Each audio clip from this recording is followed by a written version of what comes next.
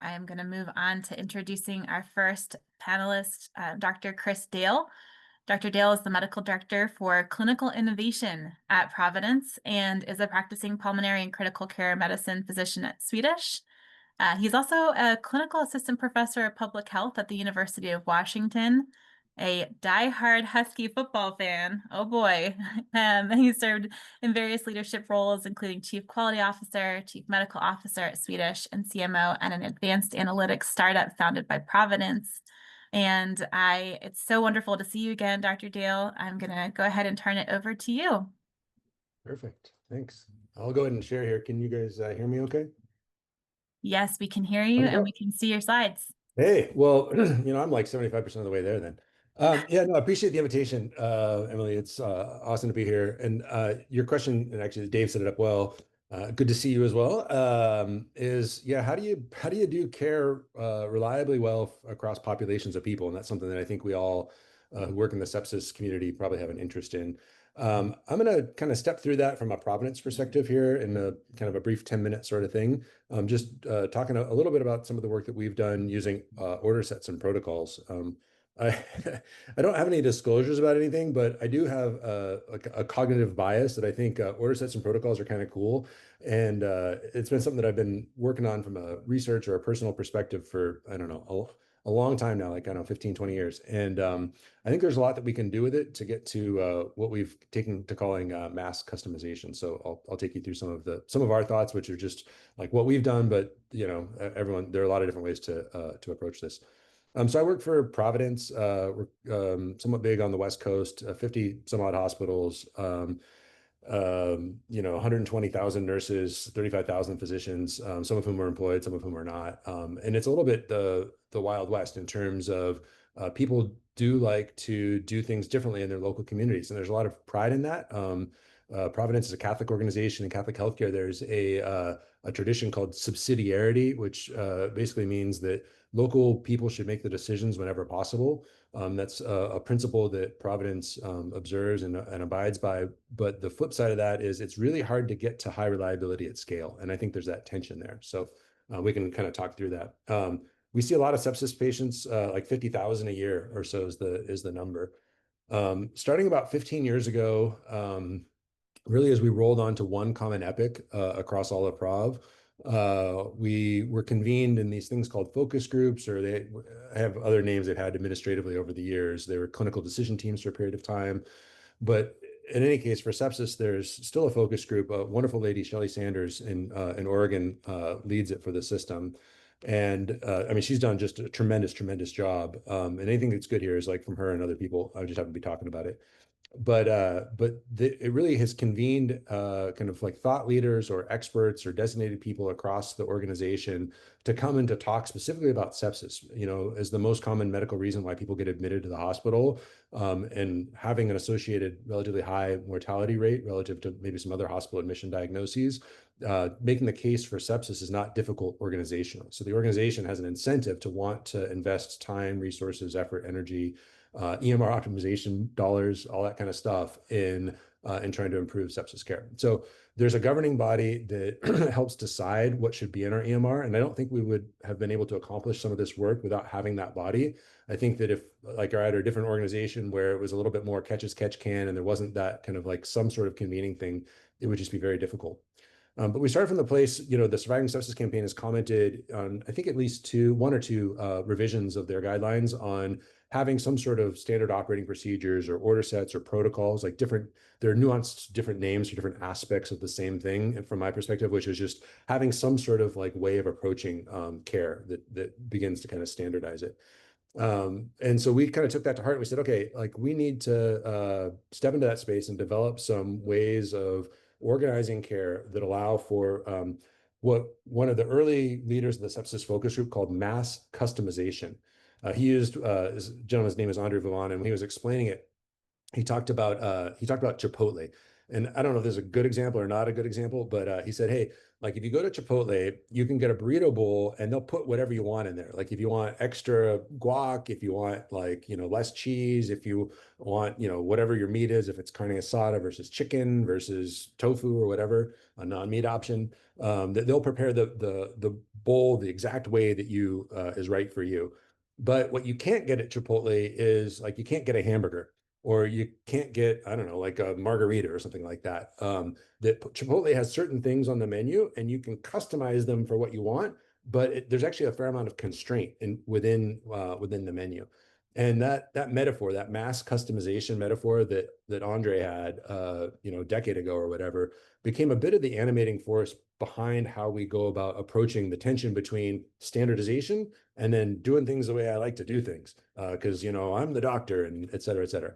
And so what we did is we said, hey, there are some things about which there's going to be controversy. Like we've had like endless, sometimes endlessly entertaining discussions around like, well, where should the lactate cutoff be? Is it 2 or is it 4? Like, what do you do with someone with severe sepsis who's not maybe yet hypotensive? Should they get IV fluids or should they not? There are all these things within sepsis that are like, they're controversial edge sorts of things. And so we tried to somewhat dodge those and get back to the core that people can agree on, that regularly taking vitals in sepsis is, there might be some controversy around it, but on the spectrum of controversy, not as controversial. Like we have taken the point of like measuring lactate and repeating lactates on an automagic sort of basis. Like there's a certain core set of functionality that basically what we did is we created the default checked box. And so if you look up here in the upper right corner where I grabbed a couple of screenshots, and hopefully Epic doesn't sue me for using Epic fonts and all those things, but you can see what, like, if you select the order set, like what comes pre-checked.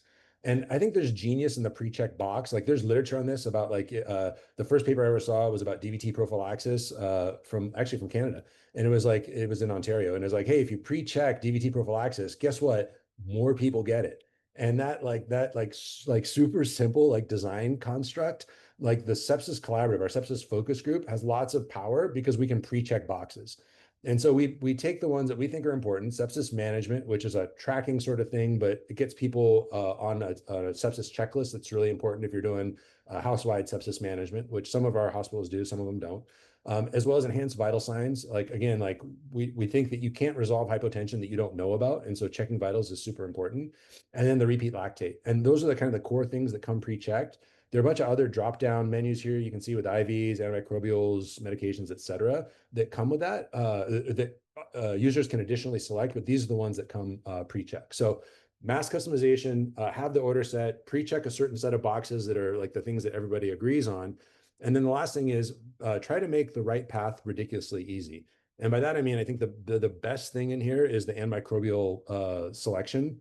And, I've been doing medicine a long time now. And like I like antibiotic, like choosing the right, drug for people. And I think it's intellectually interesting and all that stuff. But also it's like good to be able to, like, if you're admitting someone at 2 o'clock in the morning, you're kind of tired. It's just like, is it community-acquired pneumonia? Yes. And then the drop down that comes after that is like, tell me about their allergies. And then it shows like previous culture results. And you're able to just like with one click, select the ones that the ID docs at your institution have said, hey, this is the Rocephin and zithromycin that we're going to use for community-acquired pneumonia as kind of the default option or whatever. It again makes the right thing ridiculously easy, and it's like, like even just like generic, like general critical care people, idiots like me, can be like, oh, UTI with sepsis. I can collect that box, and I can be more likely than not get the right selection for my patient. So that's our order set, and that's our approach to mass customization. And again, a hat tip to Dr. Vavan for coming up with that, and it's really been helpful. So two quick things, because I think I got like a minute left or 2 minutes left or something like that. But is we've studied this in a couple of different ways. I want to point out two things that I think are interesting to this group. The cohorts are I'm going to tell you about two studies super quick. They're kind of similar in design, 2-year retrospective things. This first one, we took all the sepsis patients at Prov. It's at like 100,000, 50,000 a year. Half of them used the order set, half of them didn't. That wasn't randomized. It was just like the way things kind of shook out. And we said, what impact in our multivariable regression analysis does the order set have on, does using the order set have on outcomes? and like a very robust association. I'll just pick on the first line here, which is like minutes from ED triage to antibiotics. The median, it's 125. The order set's used. It's 179 if it's not. And you go down the line here, like discharge home, like unequivocally an important endpoint to humans is, whatever percentage that is, 6% higher if you use the order set versus if you don't. Again, this is retrospective. If you throw it all in the multivariable model independently, order set usage is the top row. It's to the left of the line of identity at 1.0, significantly associated with hospital mortality, decreased hospital mortality. Order set usage is associated with lower hospital mortality. One of the questions we had in this study, it was about mediation. We won't have time to go into it, but we had this hypothesis that time to antibiotics and that and the hypotension resolution were super important, and that was going to be how order sets had their impact.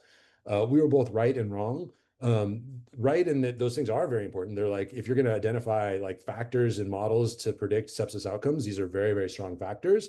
But in mediation analysis, they incompletely explain the impact of order sets. And to me, that's fantastically interesting that there's stuff that we're not able to measure, that order sets have some kind of like almost magical, like the way I think of it is it orients a treatment team towards an outcome, and it's super cool. But they only explain for antibiotics 2.6 and hypotension 4.0, so not that much of an impact. And then last point here in less than a minute is a similar sort of study design.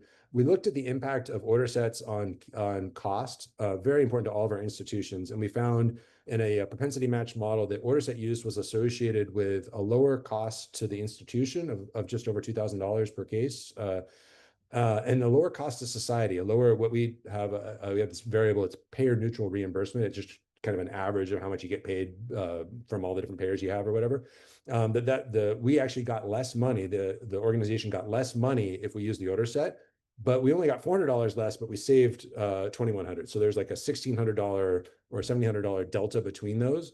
And that's actually like kind of increased margin that ends up in our pocket. And it's kind of sustained over time and driven by kind of a whole bunch of things, but room and board's the main sort of deal. So the conclusion is three things. Like sepsis order sets are a way that we think about as mass customizing care for patients with sepsis.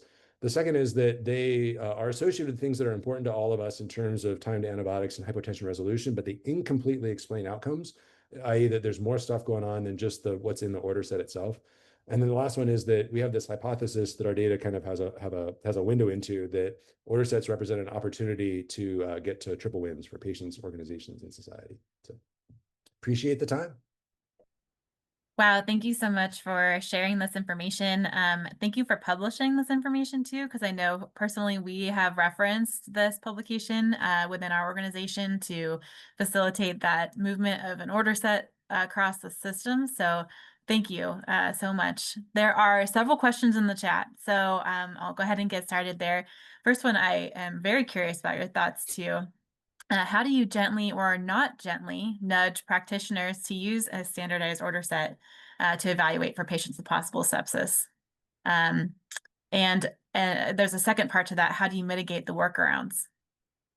Yeah, I mean, I think, well, and workarounds is kind of interesting one there because I'd be curious what they mean. Like you can save, like Epic is infinitely customizable, so you can save different versions of this as your thing, or you could like definitely not use order sets.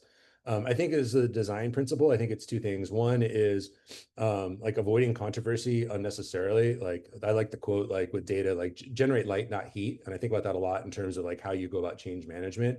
I think about like I did some population health quality work like a decade ago as part of what I was doing, and breast cancer screening was a very controversial thing at that point in time about should it be at 40 or should it be at 50, but no one disagreed with breast cancer screening being a thing, number one. And number two, everybody agreed that at least every 2 years at 50 at that point in time, that's where the data were, that people ought to be screened. And so like we built in the power steering like for the minimum standards that everyone agreed with, and then we allowed people to customize for the things that they felt were important.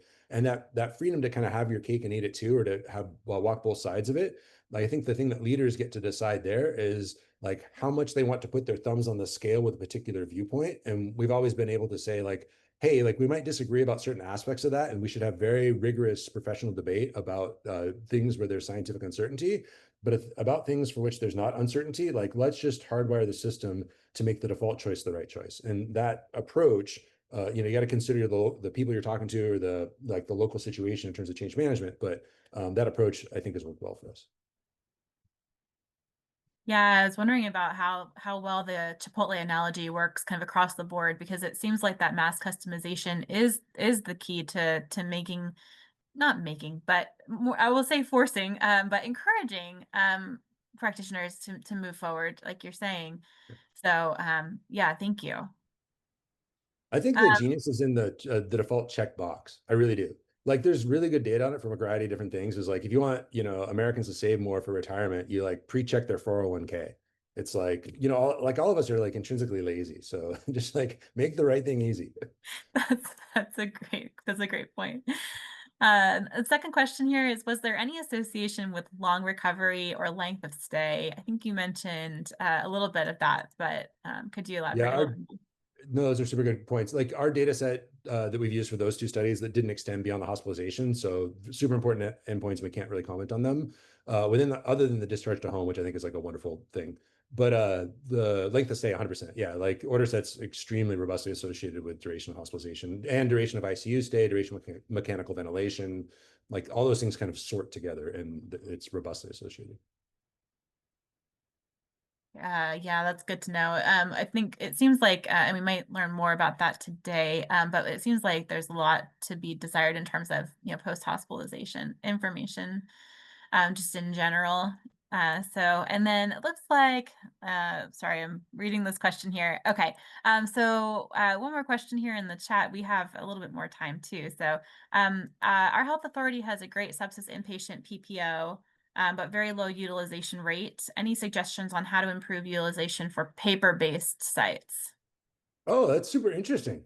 Paper. Yeah, well, that's a new one because I haven't thought about that in a long time. But like like when I started out, it was all paper. And I mean, again, like the making the right thing ridiculously easy. So like literally we did a thing about about a pre-check box again.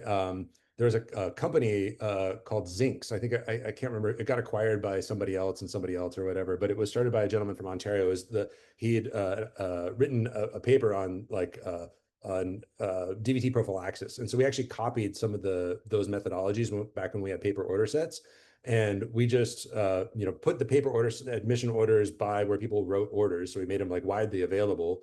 Number one, and then number two, had like pre-check boxes, then people could unselect with their pen if they weren't going to use the thing. And so I think some of the same design principles that apply in the digital world, well, actually they applied in the paper world first, and the digital world copied them, but you could like bring them back to the paper world too. But that's a very interesting question. I hadn't thought of that one. Yeah, it's not something that we run across very often these days. It seems like most organizations, at least in the States, have transitioned over to electronic because of incentives and things like that. But interesting topic to explore further. Well, thank you so much, Dr. Dale, for your Okay, cool. time. And thank you for answering questions too, and thank you for your work. Thank you. All right. So I am excited to introduce our next speaker, Devorah Overbay. Devorah is a system nurse specialist in medical surgical nursing for Multicare Health System. Over the years, Devorah has provided both didactic and clinical instruction at various nursing schools across the country. She has held a variety of roles, such as critical care, med-surg clinical nurse specialist, manager of nursing practice, and clinical education for the Northwest Washington region of Providence Medical Group. And I am grateful to call Devorah my colleague and very, very excited for her presentation. Devorah, I'll turn it over to you. Thank you. Just to make sure that you can hear me and then also to see my screen. Yes, you can hear you and see your slides. Great, great. Thank you very much. Well, I'm honored to be here this morning and to listen to these amazing conversations around sepsis care, which is complex, frustrating, but exciting at the same time. So I'm grateful to be here. And yes, also very grateful to have Emily as a co-conspirator. We spend a lot of time, a lot of hours every week working on multi-cares, sepsis care models. Um, just a little bit of background, if we haven't stated it already, multi-care is a multi-hospital um, kind of consortium of hospitals across the state of Washington. We have about 12 hospitals, many outpatient clinics and emergency departments, both freestanding and associated with hospitals. So we see a good number of patients every day that are being screened for sepsis. What I'd like to talk about this morning is how we take what is an attempt to standardize care, which we've been doing for a lot of years, and individualize that care. And there's been a couple of things that we've um, utilized. Let's see if I can get this to, of course, we've got our hospital sepsis program core elements, right? And I wanted to look at the action component. And where I'd like to focus this morning is we perform screening looking for those patients that are at risk, or those patients that will develop or are most likely to have developed sepsis. Can't find them always. We look for them both in the emergency department as well as in the hospital once they've been made an inpatient. Not always obvious on those patients. And then the nurse surveillance team is one of those components that I heard earlier. The speakers were talking about utilizing AI and utilizing our EMR to help us find those patients. But then what do you do with that information? And a lot of times our clinicians, both our physicians and our APPs and our nurses, feel a little beat up by the constant barrage of alerts. Hey, are you paying attention? And that can get a little overwhelming. So I wanted to talk a little bit about how we've employed a group of nurses to kind of help with some of that. And then, of course, I love the conversation around the order sets. I won't spend too much time because we've done something very similar, but I just wanted to mention it in some of the ways that will kind of nuance the way we provide care, standardized care. So here's a screenshot of one of our screening tools for those patients that we're looking for that might have sepsis. And one of the nuances is being able to identify certain patient populations that don't neatly fit into yes or no. They're not black and white. And this is more of an example of how patients don't fit neatly into our boxes. They do, maybe academically or in our literature.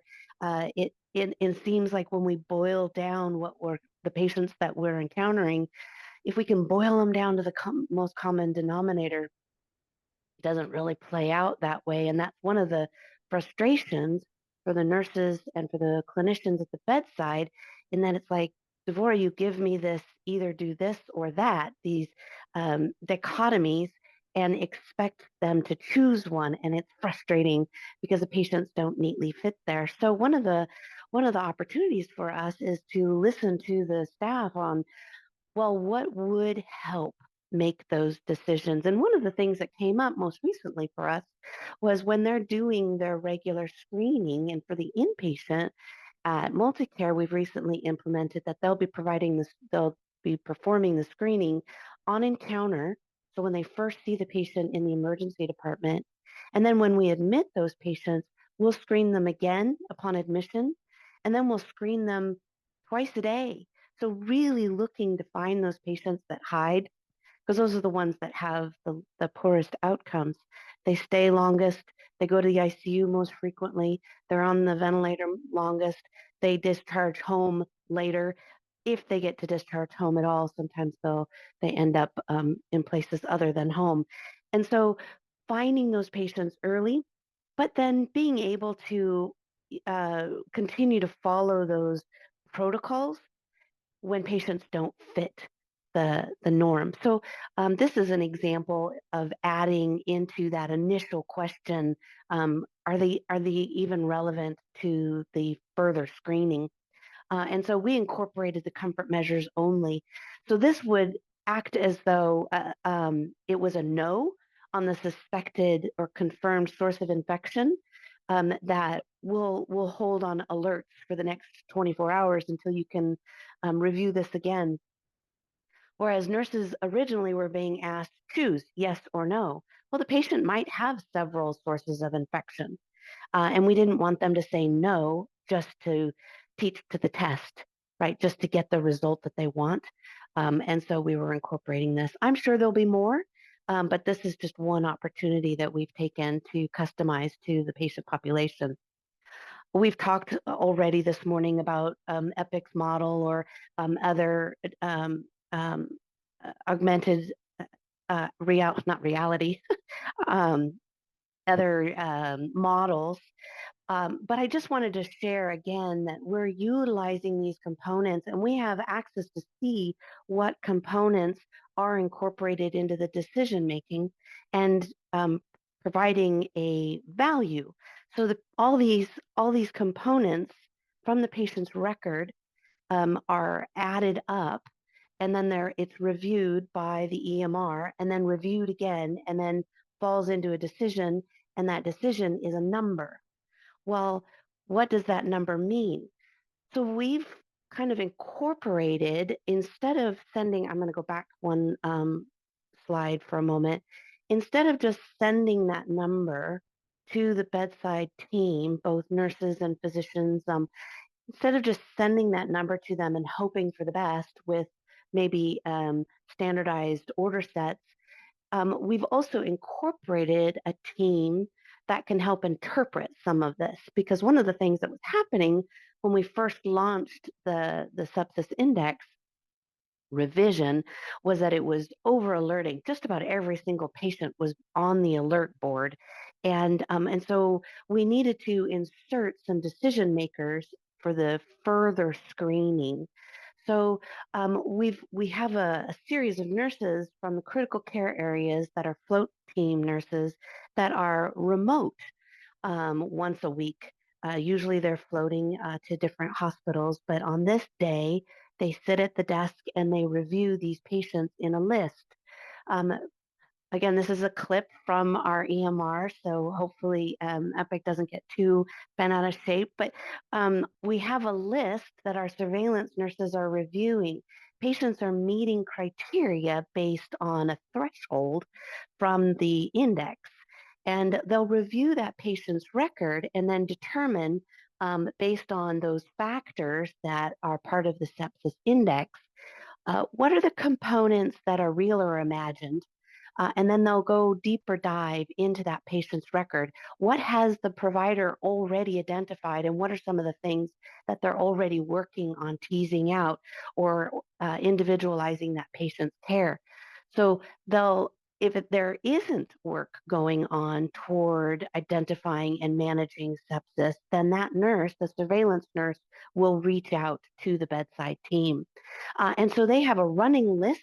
This is out of test. This is not the real environment, but they have a running list of patients that they're reviewing and monitoring, and then hoping to facilitate or help the nurse at the bedside with any communications that they may need with their providers.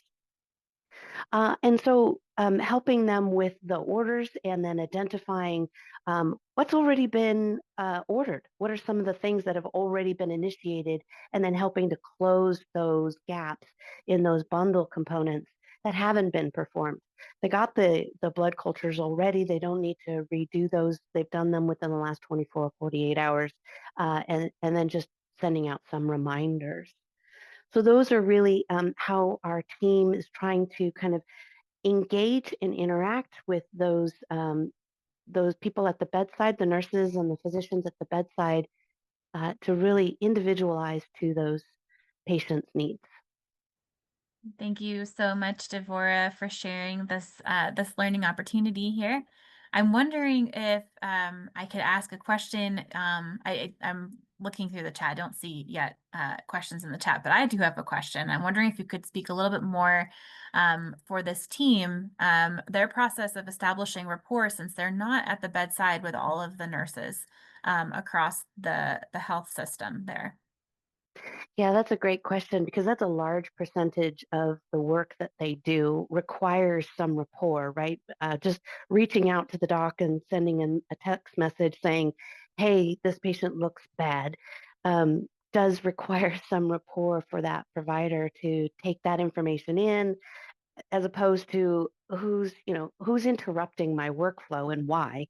And so those nurses are, as I mentioned, critical care nurses who work on the units.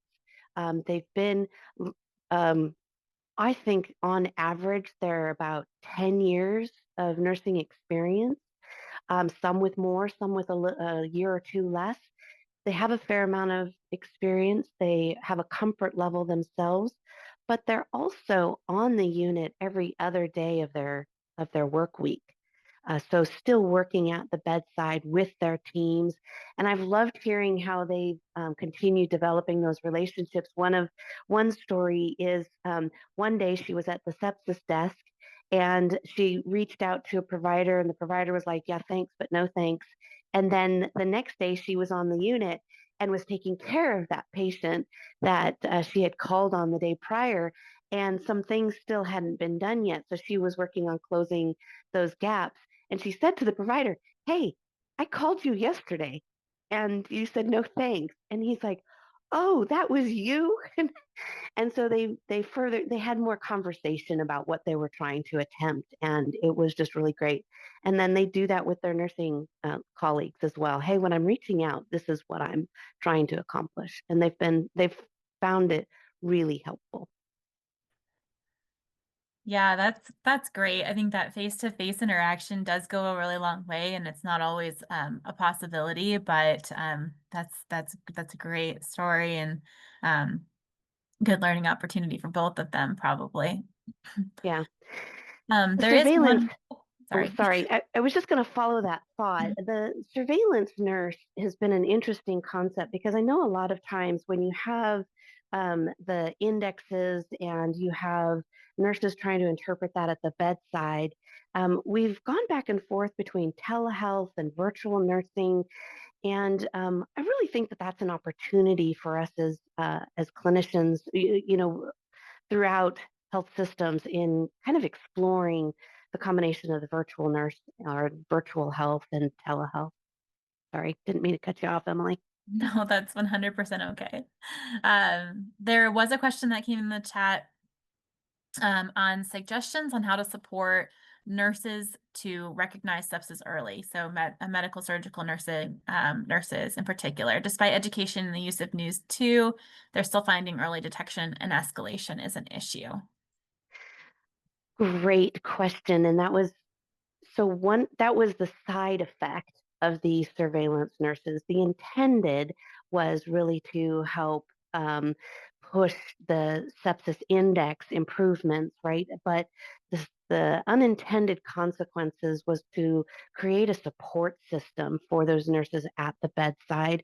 So that had been really helpful with our surveillance nurses. And now we're even having phone calls from the bedside nurse of those patients that they have questions about. And so they're acting as that helpline.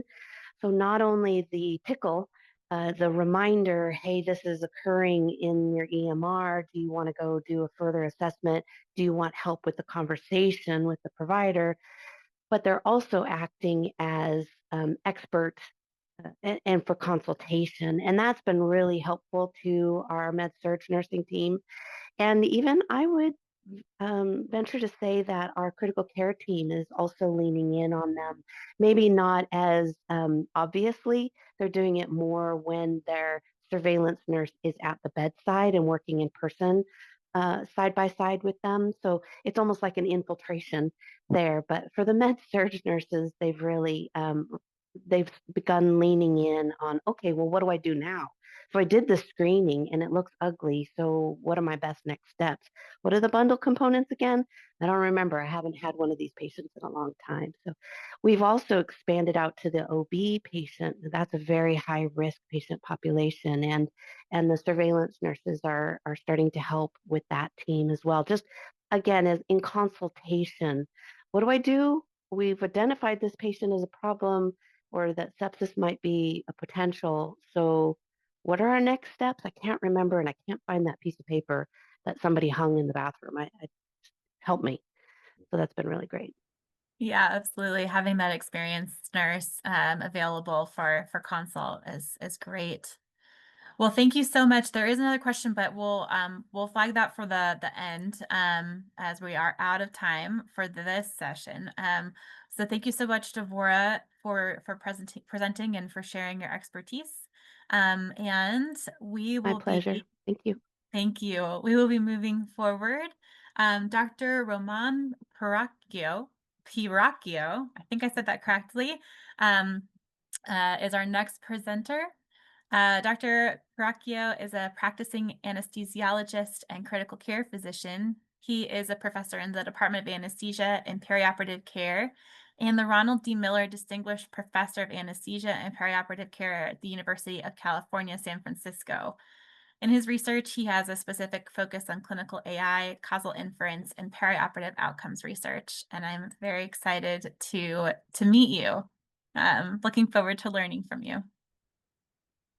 Thank you so much for the very kind introduction, and thanks for inviting me. I'm very excited to be here. I've heard a lot of great discussion here, and I'm sure we're going to have a lot of great discussion after the end of the session. So thanks again.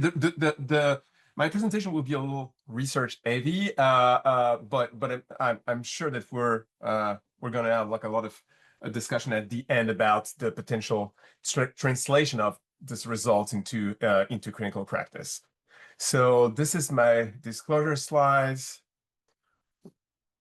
So I think I could have skipped this slide given the audience here, but this is sort of like a slide that I'm using all the time in my research group and in my different sort of lectures to justify sort of the involvement, the continuous involvement in the research for sepsis. And as you guys all know, even in the last iteration of the WHO report, sepsis is still reported to kill about 1 in 4 patients worldwide, and not even talking about patients who need ICU admission where the mortality is close to 50%. So this is sort of the lay of the land, and so we need to improve that. And again, like I've heard a lot of fantastic talks and ideas to improve that, and it makes, I think, everyone should be very optimistic about the path forwards.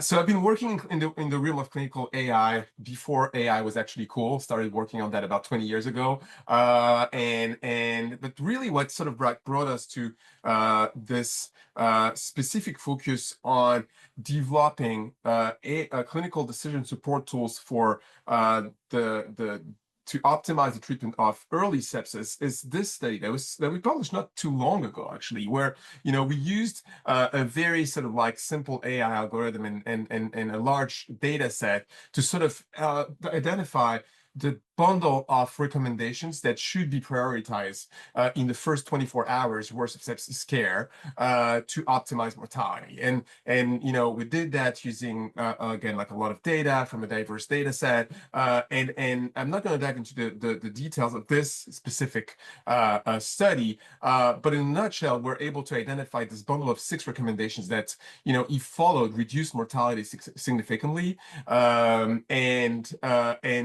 The interesting part was that more than this bundle didn't really make any difference, but less definitely made a difference in terms of increased mortality. So it looks like, and this was externally validated using external cohorts, and so part of this bundle was the recommendation around vasopressin.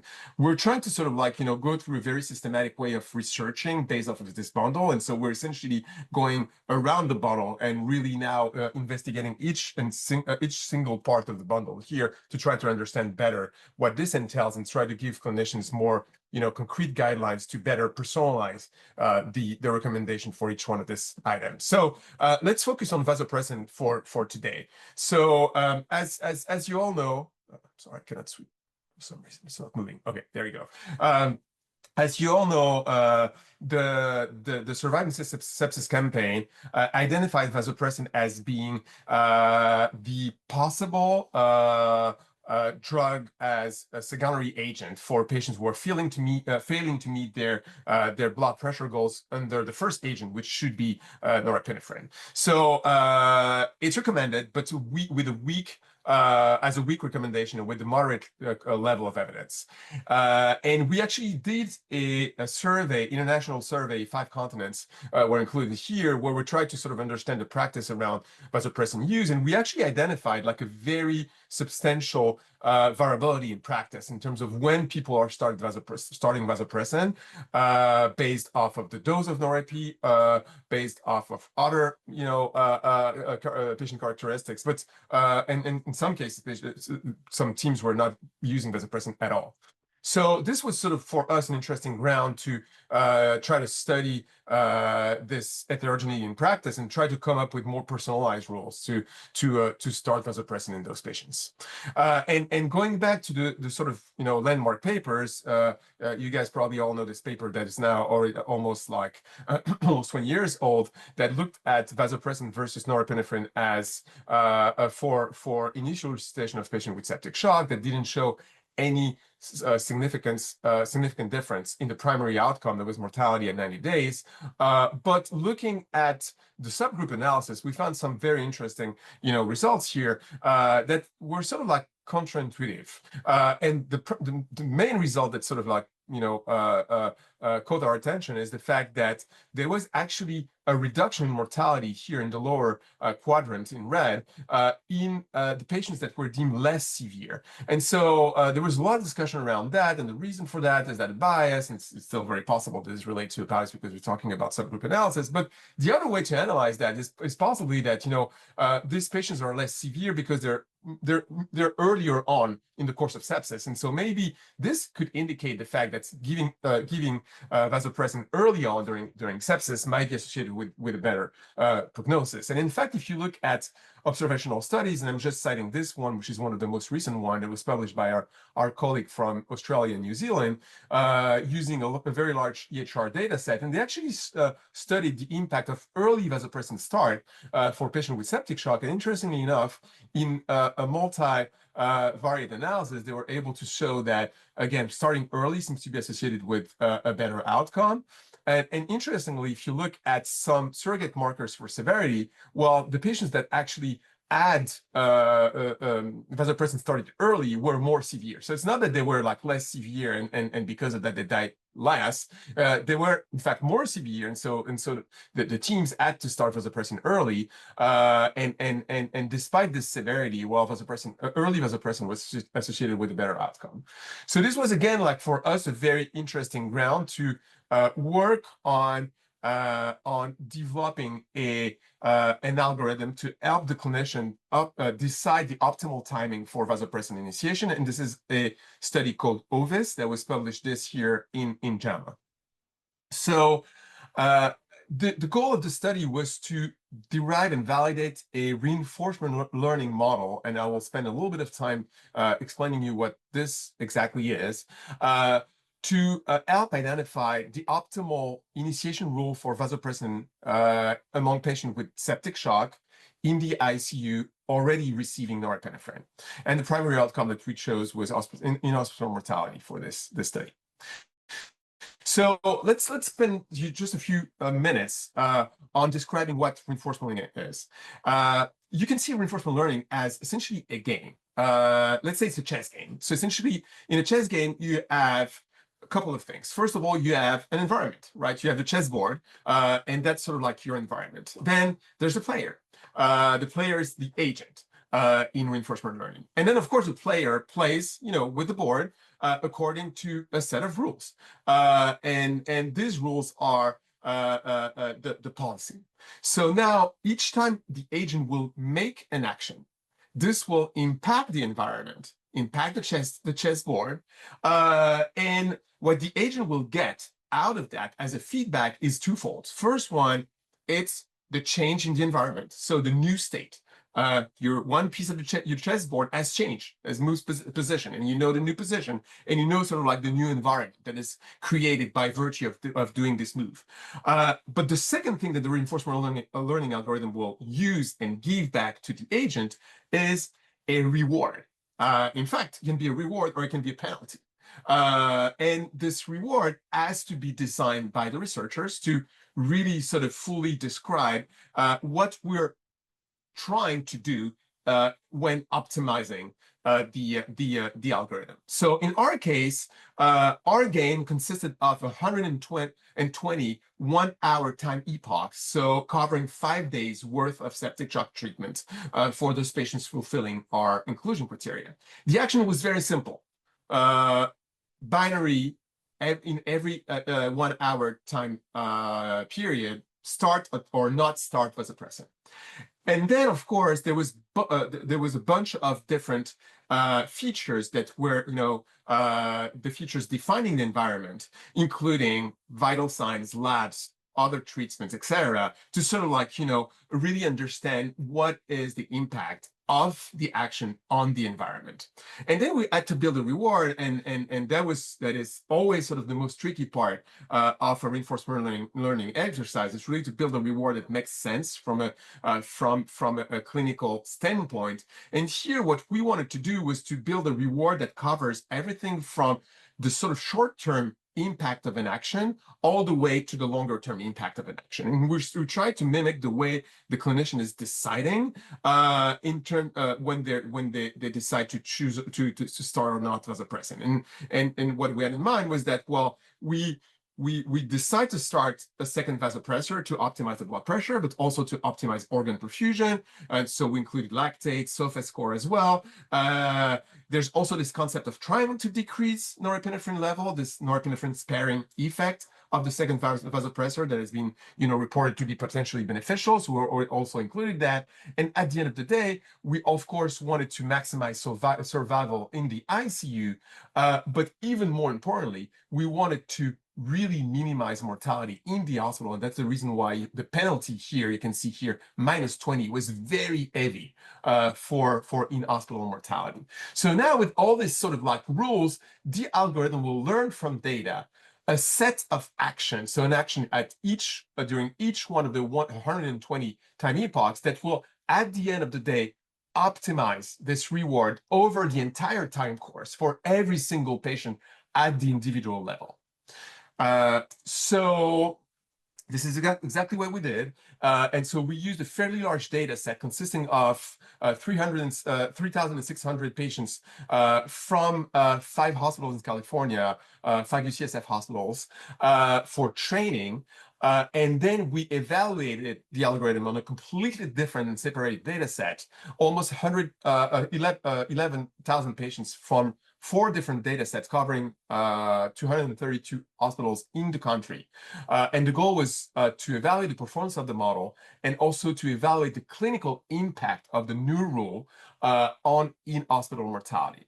So I'm just going to spend a few seconds to explain how we evaluate the performance of a model in this case. We do what we call off-policy evaluation, so which means that we don't have to deploy the rule in practice to evaluate the impact of the rule. We use the already existing data, and we essentially, in a very sort of like simplified fashion, we essentially calculate the overall reward that is obtained by applying the rule that is, derived from the reinforcement learning algorithm, and we compare this reward to the reward that is obtained by the rule applied by the clinician, so the rule that we actually see in the data. And we apply some weighting here to account for the fact that there's like different likelihood of different actions to being taken, and to sort of like take that into account and reduce the risk of observational bias.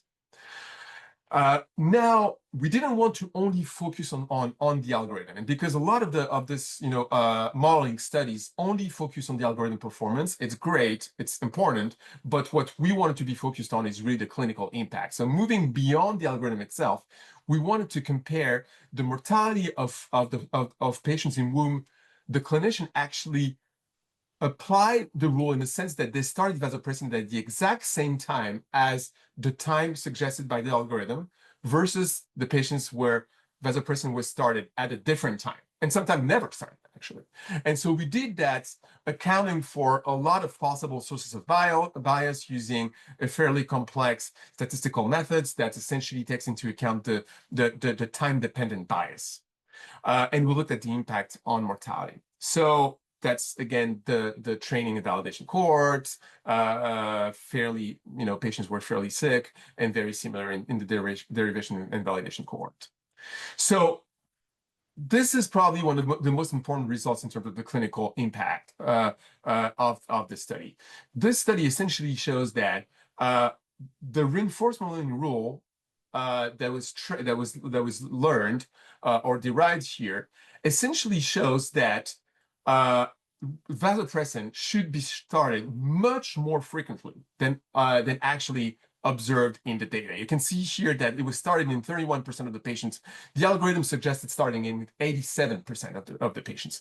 And when you look at when the algorithm decided, well, the algorithm decided to start consistently earlier, regardless of the parameter you're looking at. Earlier relative to the norepinephrine dose, earlier relative to shock onsets, earlier relative to the SOFA score or the lactate level. And we looked at these different parameters because these are all rules that have been proposed in the literature to decide to start vasopressin. And again, regardless of the metric, the reinforcement learning rule proposed to start earlier than what the clinician actually did. That's just an illustration. I'll skip in the interest of time. So the two main results. The first one, if you focus on the algorithm, well, as expected, because that's the job of the algorithm, the algorithm was better than the clinician at optimizing the reward. That's sort of like to be expected again, because that's that's how the algorithm is built. So if you look at the overall reward, it was consistently better with the algorithm than with what was obtained with the clinician rule. But more importantly, from a clinical standpoint, we actually, again, looked at hospital mortality for patients in whom the rule was followed versus not. And you can see here on the survival curve that following the rule, in other words, starting vasopressin at the time when it was recommended by the algorithm, was associated with a significant reduction in mortality. And that was consistent across all the different validation data sets. And when we compare the rule to more simple clinical rules, such as start when the lactate is more than 4, start when the norepinephrine dose is greater than 0.7, or other rules, well, we found that this reinforcement learning rule was consistently better than any other rule in terms of reducing mortality. That's shown here in the box.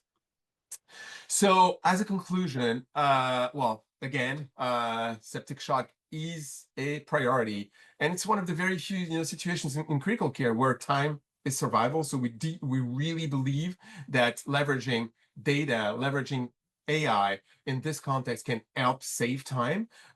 We did identify a couple of years ago this bundle of 6 recommendations that we're now sort of dissecting to try to really understand what this entails. And reinforcement learning can be used in this context to optimize the decision making at the individual level. And I'm happy to answer any question about how to operationalize that in practice. And we're actually working on that right now. Thank you. Thank you so much. That was actually going to be my question, was how to move forward with operationalizing this. But wow, fantastic. And thank you for the comparison and sort of the analogy between chess and the theory, because I think that really helps to make it a little bit more understandable, digestible, so to speak. We do have I think 5 minutes for questions, and so I wanted to just kind of start by saying, it seems like in terms of the reinforcement learning kind of model here, it seems like it's a clinical decision support. And so thinking about that implementation piece, which we don't have to get too far into it because we probably don't have the time, but in terms of having that conversation with our clinician teams and saying, here's this tool that we've seen statistically can improve outcomes. How do you go about kind of even starting that conversation to say, when do we use this? What are your thoughts about this?